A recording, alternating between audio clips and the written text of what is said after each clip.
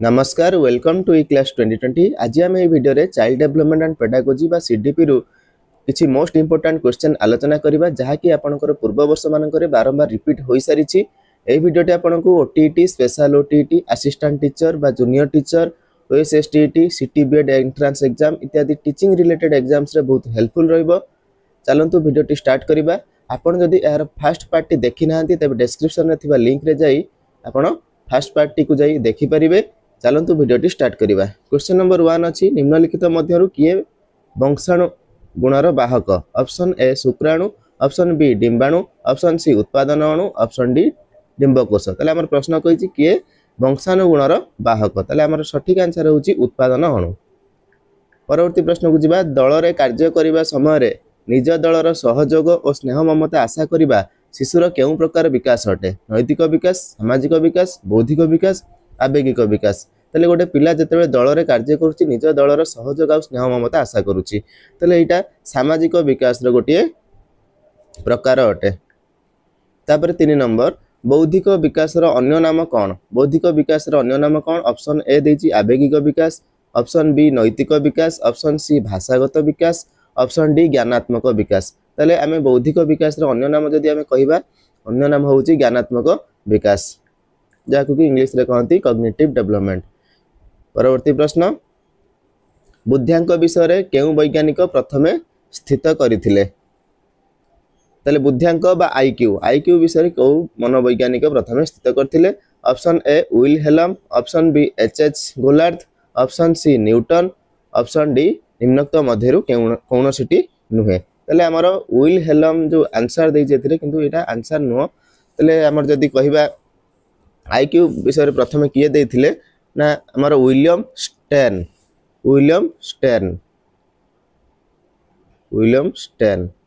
तले एटा हबो हमर राइट आंसर।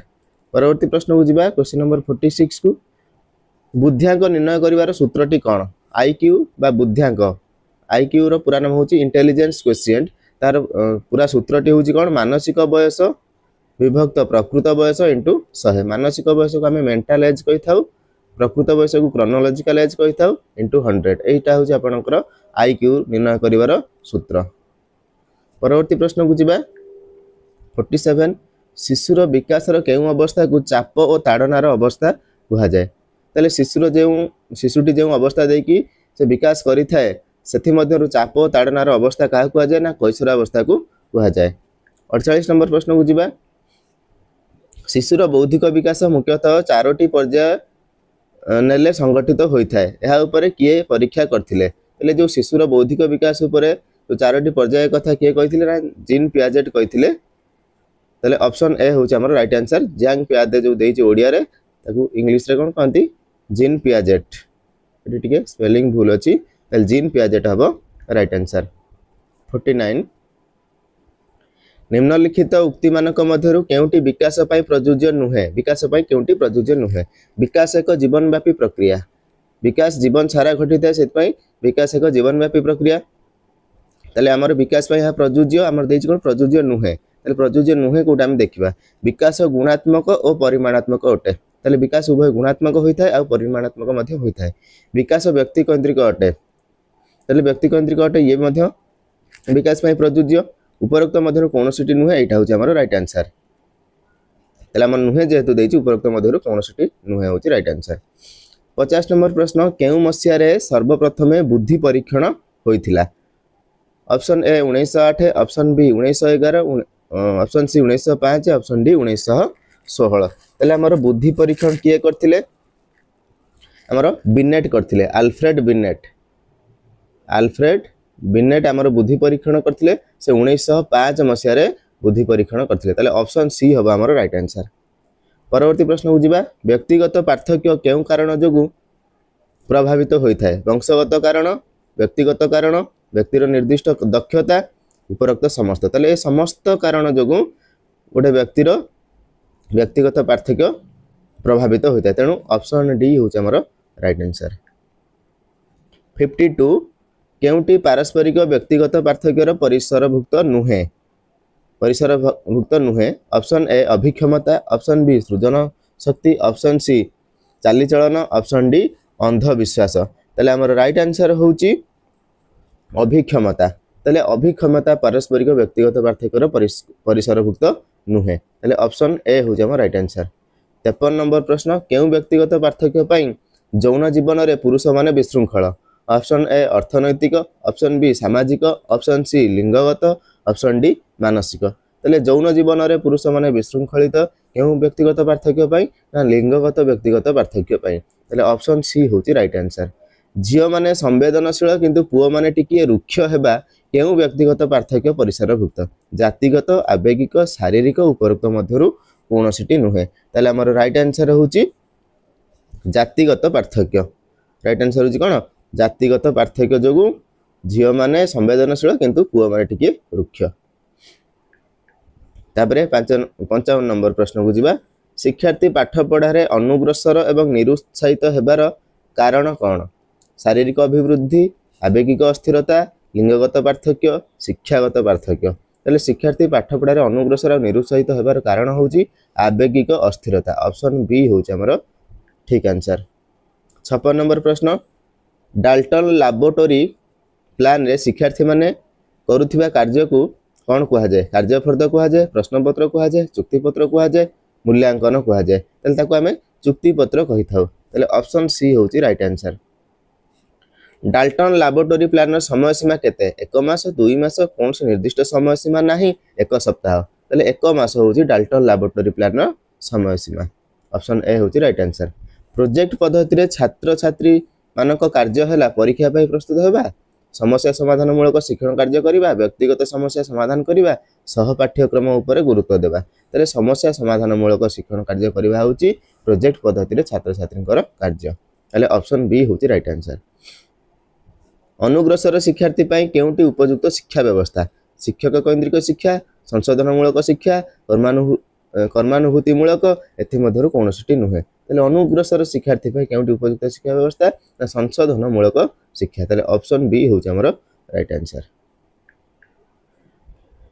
परवर्ती प्रश्न केउ वर्गर शिक्षार्थी गोटिए वर्ष रे 2टी श्रेणी रे उत्तीर्ण व्यवस्था रे उपकृत हुअंती। मेधावी, मानसिक अनग्रसर, दलगत, अनुभूति केंद्रिक। ताले मेधावी वर्गर शिक्षार्थी माने गोटिए वर्ष रे जदी 2 थर से माने श्रेणी रे उत्तीर्ण व्यवस्था रहइबो ताले से माने उपकृत हेबे। ताले ऑप्शन ए होउची हमर राइट आंसर। शिक्षार्थी मानक मध्य व्यक्तिगत पार्थक्य दूर करबा पई शिक्षक मानक कार्य कौन। ताले शिक्षार्थी मानक मध्य जो व्यक्तिगत पार्थक्य रहउची ताकू दूर करबा पई शिक्षक कौन करबा उचित। मूल्यांकन उपरे गुरुत्व देबे, दंड विधान करिवे, परामर्श सेवा और उपदेशन प्रदान करिवा, पाठ पढ़ा पई निर्देश देबा। ताले मूल्यांकन उपरे गुरुत्व देबाटा ठीक हबो नै, दंड विधान करबा मध्य ठीक हबो नै, पाठ पढ़ा पई निर्देश देबा मध्य ठीक हबो नै। ताले कोन करिवे ना परामर्श सेवा और उपदेशन प्रदान करिवा। ताले ऑप्शन सी होउची राइट आंसर।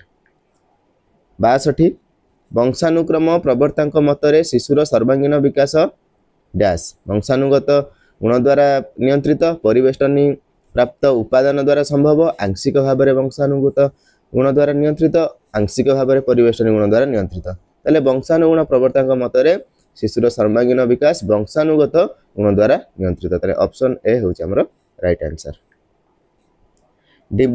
डिंबाणु सह शुक्राणुर मिलन रे कौन सृष्टि हुए। डिंबक, डिंबाशय, जुग्मज, जुग्मनी। ताले डिंबाणु सह जते बेले शुक्राणुर मिलन होइथाय सेते जुग्मज सृष्टि होइथाय। ऑप्शन डी होउची राइट आंसर। समजातीय जमज संतान सृष्टि होइथांती किभଳି। ताले समजातीय जमज संतान निषिक्त डिंबाणु खंड विखंड हेबा द्वारा सृष्टि होइथांती। ऑप्शन बी होउची राइट आंसर।